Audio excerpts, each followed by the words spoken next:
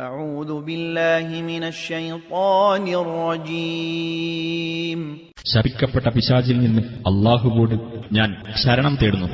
فأقم وجهك للدين القيم من قبل أن يأتي يوم لا مرد له من الله يومئذ يصدعون.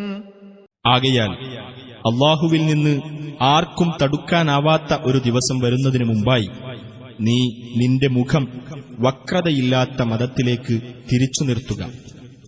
അന്നേ ദിവസം ജനങ്ങൾ രണ്ടു വിഭാഗമായി പിരിയുന്നതാണ്.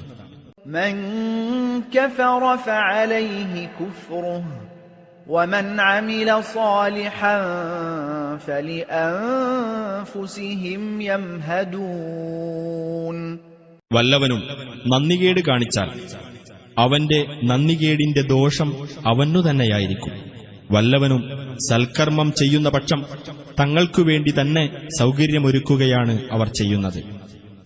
ليجزي الذين آمنوا وعملوا الصالحات من فضله إنه لا يحب الكافرين.